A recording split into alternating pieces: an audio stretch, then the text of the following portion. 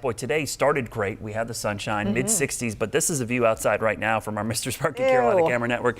Yeah, it's dark, but it's also very cloudy. You can actually see how cloudy it is looking off to the west.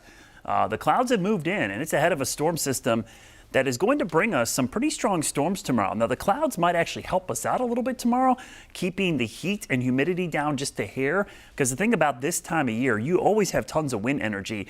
The reason we sometimes see some really severe weather at the end of the winter and going into the winter is if you take the combination of the heat and humidity that you normally would see in the spring and you combine that with the wintertime jet stream, which is the strongest, most potent jet stream of the entire year, you can get some pretty severe weather. Oftentimes what happens this time of year is you don't have a lot of heat and humidity, you have low thunderstorm fuel, but you overcome that with a ton of jet stream energy.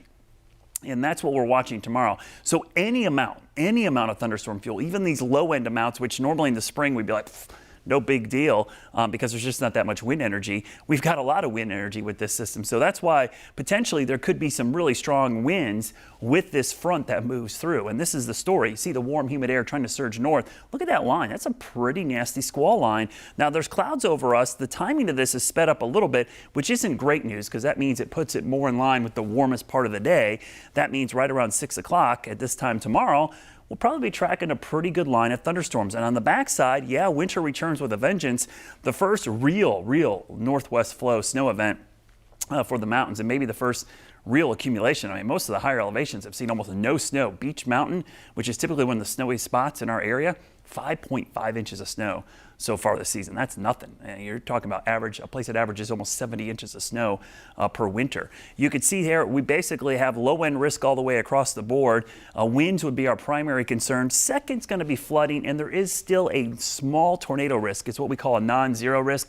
1 to 2% chance for some spin ups. Hail, not an issue, but the wind gusts up to 58 miles per hour or higher, it's about a 10 to 15% chance of that. So that's how the winds end up overwhelming any risk that we see tomorrow. And just the way this storm system looks, when you look at the radar futurecast, looks like a bow echo or kind of a straight line. That's usually an indication of very strong winds associated with. Sometimes where there's little kinks in the line, that's where you can get some spin up. So that's what we'll be watching tomorrow. Moves through fairly quickly, it's in and out, and by the time we get into the backside of this, that's where the snow starts to move in. And again, great news for the ski weekend because there could be some significant snow. The timing of all this, here's your rain chances ramping up after 4 or 5 p.m. tomorrow into the evening hours and then tapering off very quickly as we get into Friday, but that's when the cold air moves in and we actually see the potential for some snow. Quick shot of that snow. I'll show you near the Tennessee line, highest elevations. I'd say 1 to 3 inches in most areas there. The higher elevations could top out close to 4 inches. Here's a look at your Guy Roofing 7-day forecast quickly. You can see the strong storms tomorrow, mountain snow Friday, Saturday, but it warms right back up